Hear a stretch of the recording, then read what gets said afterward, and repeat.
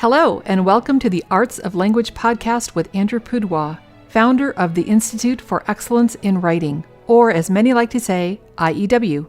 My name is Julie Walker, and I'm honored to serve Andrew and IEW as the Director of Marketing. Our goal here is to equip teachers and teaching parents with methods and materials which will aid them in training their students to become confident and competent communicators and thinkers.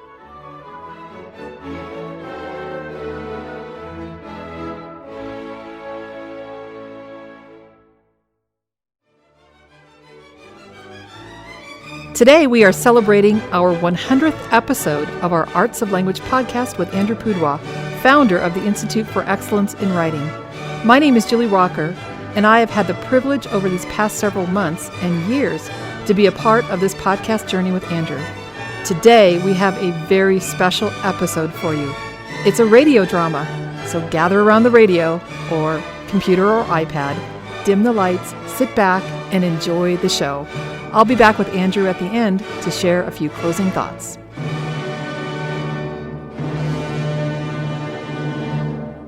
Hi, I'm Penelope. Are you excited for the class? No. I'm Dirk. You're not excited? I'm a non-writer. A non-writer? You mean you don't want anyone to know what you say 100 years from now? Don't you want to change the world, I don't want to know what I say 100 years from now. But don't you want to be known as a thought leader, like someone who feels and writes amazing ideas? Writing sucks the life out of me. Not me. My heart is so full that if I couldn't write it all down, I think I would burst. I can't stand the idea of my feelings going unheard, Uh-huh. Okay, so how long have you been a non-writer? Always. I never know what to write. I always know what to write. I have tons of things to say, but I don't really worry if they're good or not, My teachers never seem to like what I write. They don't really understand me. But I don't let that bother me. I can't let anyone suppress my creativity. I want to change the world. You want to change the world? Exactly! That's exactly what I want, and that's exactly what I mean. If no one understands what you write, what's the point? They won't listen to you. People should try harder. I pour my heart out onto the pages. I'm going to change the world. If the occasional teacher doesn't recognize how passionate I am, then, I'm all who needs them anyway? Uh-huh. Oh, the teacher's coming. Hello, kids. My name is Andrew Pudewa. I'm the director of the Institute for Excellence in Writing, and you have been brought here, I would assume, by your parents to experience a writing class in structure and style. I don't know what great sins you've committed to have to endure this type of torture, teaching. But in any case, welcome. I'm just curious to know, how many of you like writing? You like writing so well, you would do it in your spare time if you had any. Me. Okay, that's lovely. How many of you dislike writing? In fact, you'd probably rather wash the dishes or scrub the floors than have to write a few paragraphs. I'd probably eat eggplant. You'd eat eggplant? Instead of writing, any day. That's a pretty serious thing. Dirk is your name? That's right. Dirk. All right. And you're Penelope? Yes. And we have a few other students here. So today, we're going to try to break some new ground. We don't want to do the same old with keyword outline, story sequence chart, topic clincher on boring stuff like sea snakes. So I thought we'd learn a couple new words. Let me write them down for you here. Encomium and invective. It's always nice to learn a couple new words, isn't it? Let's say them together. Encomium. Enconium. And invective. Infected. Not infective, that's what a disease would be. Invective with a V. Invective. Yes. So encomium is when you find something to praise and you praise it. Invective is when you find something to condemn and you condemn it. These are two of the ancient rhetoric exercises. So young people such as yourself back in ancient Greece or Rome would go through a series of exercises. Start out with retelling a fable, and then they would help you take a long thing and make it short, take a short thing and make it long, and then you'd start applying to things like commentaries, things you would like to praise and praise, things you would like to condemn and condemn. Which do you think you'd like? Who would like to praise? I think I would. You would. Anyone like to condemn? Yeah. It's actually more fun. Yes, that's what I've found, but that's okay. What we've got here then is some ideas. We want to come up with some ideas. So if you were to come up with a few ideas of things that you could praise, what might that be? Just shout them out. I think maybe makeup. Okay, makeup. All right, makeup. What else? I love Nerf guns and four-wheelers. Okay, Nerf guns, four-wheelers, great. Let's see, what else could we come up with here that you could, something you could praise, something worthy of praise? Maybe Josh's snow cone? Okay, Josh's snow cone, excellent, good. Anything else you could come up with there that's worthy of praise? Nerf guns on four-wheelers. Yes, that's good, very creative, wonderful. Okay, any other ideas floating around? Anyone else have a thought? Yeah. I have one. Changing the world. Okay, good, changing the world. That would be a praiseworthy thing to do, yes. We'll contemplate how that could possibly be done. All right, how about let's make a little list here on the board here. Things that might be something you could condemn. Things that are worthy of being criticized, condemned, put in their place. Writing. Writing. Well, okay, yes, all right, let's put that down. Writing, got that. Nerf guns on four-wheelers. Makeup. Oh, this is interesting. We are really running some parallel lists here. Well, I think this shows us that one woman's encomium could become another man's invective, to paraphrase. All right. Anything else? Praiseworthy? Maybe, or no, we're in condemn, right? Yes, we're still on the invective side. What more could you perhaps slam into? And don't get political. We don't want this to get political. So keep it comfortable. I think being boring should be condemned. Being boring should be condemned.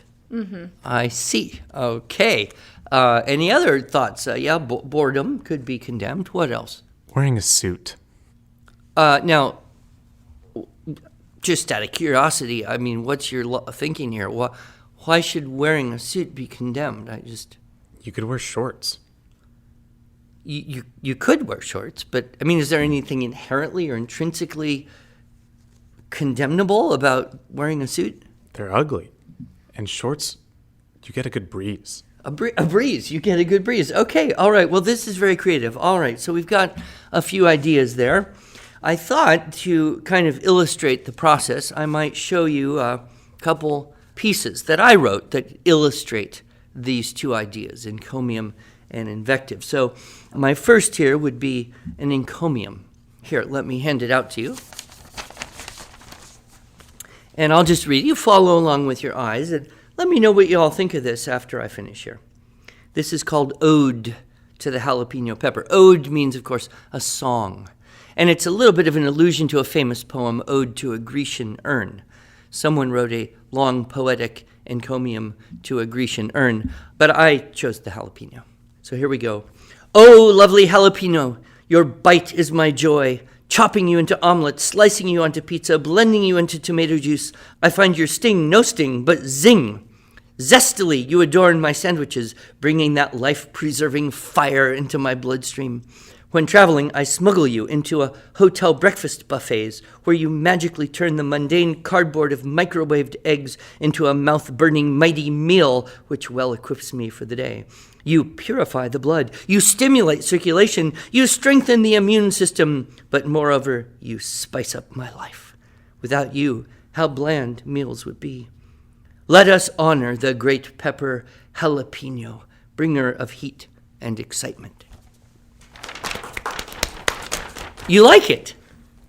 Yes, it was really good. I really like that. It was okay. Okay. Well, in any case, it's an example of a way you might do an encomium. You find something to praise, and you praise it. Now, in this case, I'm actually talking to the object of praise, right? I'm using a literary technique of projecting, personification. I'm making the jalapeno seem like a conscious entity that I can communicate with, you see. It's a little over the top, I guess, from looking at your face, but anyway, I liked it. That would be an example of... Econium? Encomium. Encomium. Yes, excellent. All right. Okay, now, this next one I wrote here. Let me pass it out to you. This is an example of invective, eggplant. The eggplant is a dark purple fruit that tastes like sawdust. You should never eat it. Having virtually no vitamins or nutrients, it is good only for one thing, and that is torture. While ignorant or malicious people grow them in greenhouses, foolish cooks use them in salads and other foul dishes, which endanger unsuspecting restaurant patrons.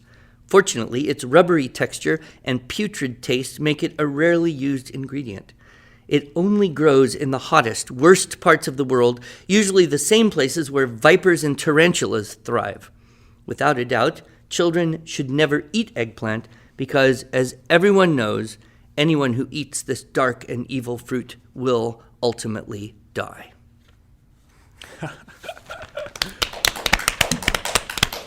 Yes, so you like that one? I did like that one. Yes, good. I'm glad you did.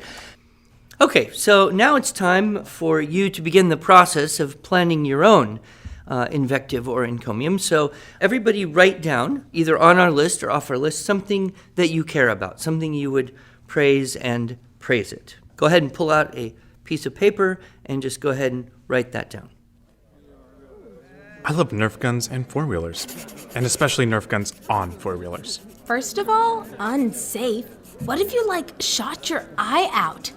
Second of all, I just really want to change the world and make a positive impact on society, you know? Uh-huh. Okay, now everybody write down something that you strongly dislike, something that deserves to be condemned. People tell me that I'm not good at things. I don't like that. I put myself out there and people shut me down. I don't appreciate discouraging, pessimistic people. What could I call that? Hey, Dirk, what did you put? Discouragement. Huh, me too, I guess. Okay, so you've all decided there what you're going to go with. Dirk? Four-wheelers make playing Nerf more fun. Okay, Penelope? Be the change you want to see in the world because, I'm like the change you need to be is the change we need to see. Okay, so let's go ahead now and go through the process of thinking for more of the content. So, in order to think, you have to get stuff out of your brain. You can't get something from nothing, so you've just got to find something that's in there and get it out. So, what do you think? How do you get stuff out of your brain? Asking questions. You ask yourself a question? Dirk, excellent answer. That is very, very good. Where did you learn that? So, Penelope, did you know this trick about asking questions to get stuff out of your brain and get it down on paper? Well, my parents always tell me to stop asking questions. Well, I could understand why that might be true. Perhaps what you want to do is shift over from asking them too many questions to asking yourself the good questions. That might work, but they seem kind of sensitive to me. So to get stuff out of your brain, to think of things, you have to ask yourself questions. So, what are the big 5 questions? What? What? When? When? Who? Who? How? How? Which? Which is not on the list, but we'll talk about it later maybe. How can I change the world? That's a big question, but I'm thinking of the big 6 questions. The 5 W's and an H. Okay, let's say it together. The 5 W's and the H. Who, what, where, why, when, how. Together. Who, what, where, why, when, how. A little bit louder, a little bit faster. Who, what, where, why, when, how. A little bit louder, a little bit faster. Who, what, where, why, when, how. Good. So if you have to write something, if someone says, write about the chair, you say, well, who sits in chairs? What do you do with chairs? Where do you put chairs? Why do we even have chairs? When do you use chairs? When do you throw chairs away? How do you deal with chairs? And you spin some questions. That's how you think of stuff. Oh. So if your thing is Nerf guns on four-wheelers, right? Then you would ask yourself, who likes Nerf guns on four-wheelers? What exactly do you do with Nerf guns on four-wheelers? Where do you go with your Nerf guns on four-wheelers? And why would people like to have either Nerf guns and or four-wheelers? When do you do it? And how do you? So those are the basic questions. Now, there's another set of questions that can be useful, especially for you, Penelope. I think you'll like this set of questions. They're the philosophical questions, the critical questions. So, for example, what's the best about something? What's the worst about something? What is the meaning of something? What are the causes of something? What are the effects of something? What's the value, the impacts, the ultimate purpose? How can I change the world? Exactly. Yes. So, what's the best thing you could change in the world? Not enough people appreciating makeup. Okay. What's the worst thing that is happening in the world? People shooting Nerf guns on Okay, four-wheelers. now stop bickering. I think that was intentional. Anyway, I mean, you should be free to write whatever you want to, but you should also be sensitive to your friends and peers and other people in your environment. So rather than picking on Nerf guns, okay, what's the value of changing the world? Since we live in it, we get to live in a better place. Okay, so it makes, you see, change the world for a better place. Okay, what are some problems with trying to change the world?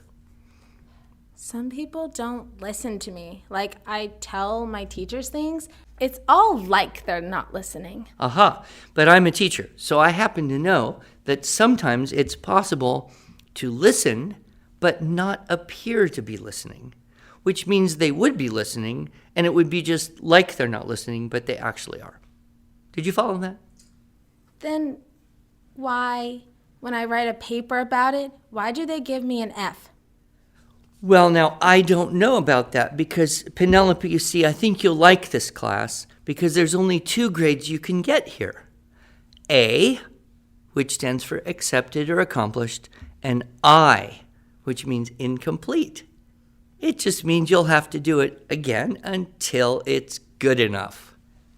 Well, since I'll only be getting A's, I guess that's a good thing. Okay, so now it's time for you to make a little outline. A keyword outline. So the way you do this, of course, is you have a thought, such as Nerf guns on four-wheelers in the mud is awesome, right? Let's say that's your thought. Then you just put down N plus 4W, comma, mud, comma, awesome. So you just take keywords from your thought, okay? And then you have your next thought. It is particularly enjoyable to shoot girls with Nerf guns and cause them to fall over in the mud. So you would write, enjoyable girls over. And you could draw a little arrow like into the mud, that kind of thing. All right? Do you understand, Penelope, how to do this keyword outline?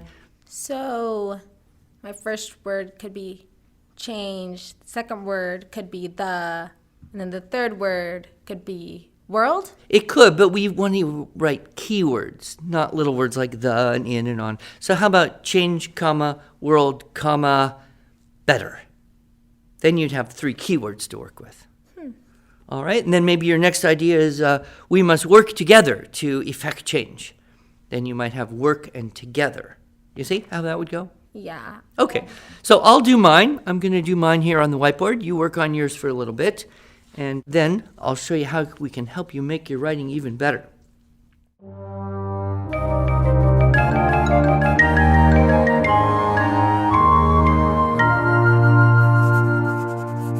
Okay, everyone's got their outline ready to go, I hope. It looks pretty good. And so now we'd like to learn a stylistic technique. So the first technique we're going to learn here is ly adverb. Now, there are some adverbs which are not ly words, such as well and quite. There are also some ly words which are not adverbs, such as butterfly and ugly. We don't care about them. We like ly adverbs that tell how you do something. So, for example, I write somethingly. What word could you put right there with somethingly? I write Bluntly. bluntly. Good, yes, okay. Another ly word idea. Creatively. Creatively, or perhaps Tersely. tersely. Dirk, excellent word. You have a great vocabulary. So you see here's a nice list of ly words that you could use. And so now, as you're writing your keyword outline into sentences, creating your paragraph, add in somewhere in that paragraph at least one ly adverb. So go ahead, give it a shot. Four-wheelers make playing Nerf more fun. Four-wheelers make playing Nerf oddly more fun. Be the change you want to see in the world because, I'm like, the change you need to be is the change we need to see.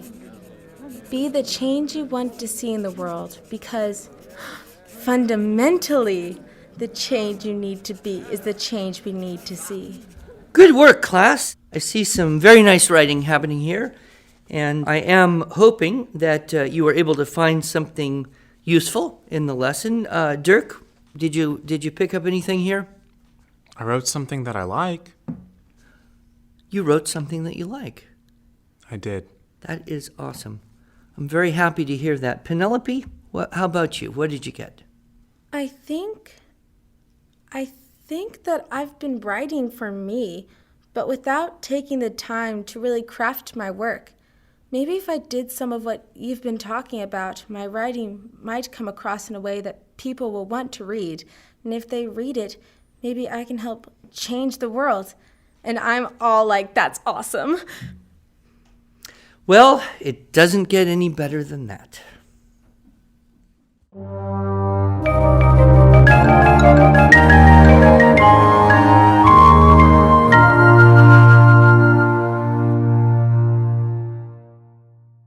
Well, not exactly Garrison Keillor, but that was fun, wasn't it? It was fun, Julie, and I hope our listeners got at least a little bit of a chuckle. But there were some real honest, stereotypical moments in that contrived class that I've seen again and again in real classes. So stereotypical. Well, you often have a student who has that ability to just spew and not necessarily a filter. And then you've got another one that's kind of dead in the water and no way to get started. Right. And that's one of the great things about structure and style is because it slows everybody down, gives them content first. Okay, here's my ideas. Now I can pay attention to how I write those ideas. As Penelope and Dirk both noted how the ly adverb improved the sentence that they were working on at that moment. Right, so our listeners that are familiar with structure and style, they will recognize the ly adverb. But I don't know that they'll recognize those two other words that you came up with. Well, encomium and invective aren't something that I came up with. That's from the progymnasmata, the ancient rhetoric exercises used to train people to speak and write well. And of course, it is an exercise, but there are things in the world that need to be praised. And we benefit from when we see a good analysis and appraising of them. There are also other things in the world that need to be condemned. And so perhaps the skill of focusing in that way will help people be better debaters, better critics, better students, better analyzers in the world. So just some little fun twist on the Unit 7 inventive writing activity. And of course, in a regular class, had we more time, we'd probably do a few more of the dress-up techniques and be sure students were having lots of examples and moving on there. But you can watch all this kind of thing on our videos, can't you? I don't know that we do the encomium. No, but the basic. Oh, definitely. Absolutely. Yeah. So those are, our sentence openers, our dress-ups, our triples, our decorations. Absolutely. all sprinkled throughout our syllabus of structure and style. Yeah. So we've reached 100. Do we quit now? I don't think so. You mean we're going to keep going more podcasts? I think so. Do we have enough to say? I think so. Well, I'm glad you think so. So to you, our listeners, thank you for being with us these 100 episodes. And as always, we have our notes for you in the show notes so you can see some of these ideas that Andrew presented to Dirk and Penelope. Thanks for joining us.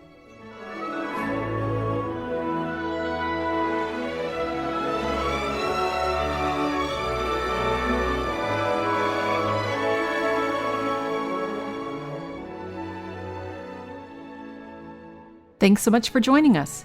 If you enjoyed this episode and want to hear more, you can subscribe to this podcast in iTunes or Stitcher, or just visit us each week at iew.com/podcast.